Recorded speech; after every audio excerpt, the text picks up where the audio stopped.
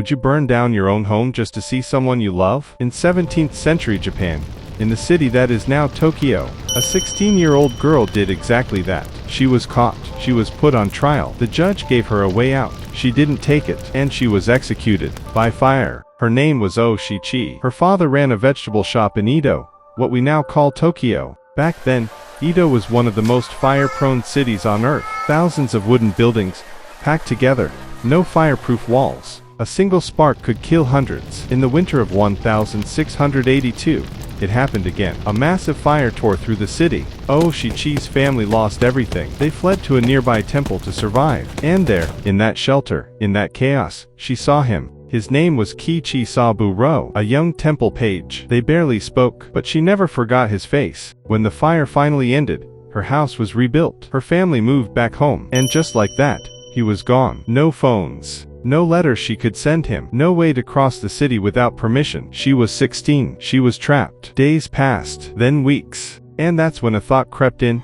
dangerous and simple. The only reason I got to be with him was because of the fire. If there's another fire, I can go back to the temple. I can see him again. One night in March 1683, she set her own house on fire. She was arrested immediately. In Edo, arson was a death sentence. Fire had destroyed this city before.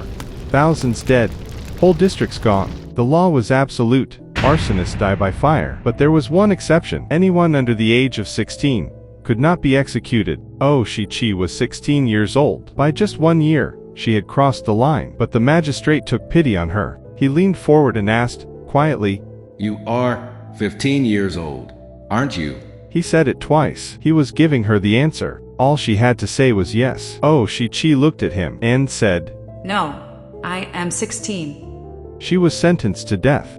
On March the 29th, 1683, O-Shichi was executed by burning at the stake. At Suzugamori, the official execution ground of Edo, in what is now the Shinagawa district of Tokyo, she was 16 years old. Her grave still exists. You can visit it today. And Kichizaburo, the boy she loved. He didn't know she had done any of this. He found out 100 days after her death. He was devastated. He became a monk. He spent the rest of his life serving the poor, and used his own money to build a bridge for the community. All because of a girl he barely knew, whose name he never forgot. But here's the part that makes this story even stranger. O-Shichi was born in 1666, the year of the fire horse. In Japan, there is an ancient superstition.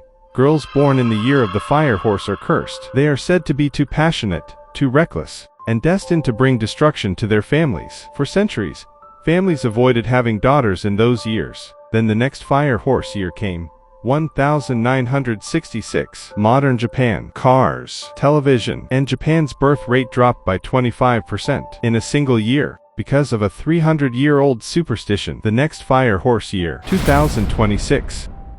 A girl who could have lived with a single word. A boy who spent his whole life carrying her memory. A superstition that still shapes how people have children today. Was it love? Was it madness? Was it the fire in her blood? Or was she simply the most honest person in the room?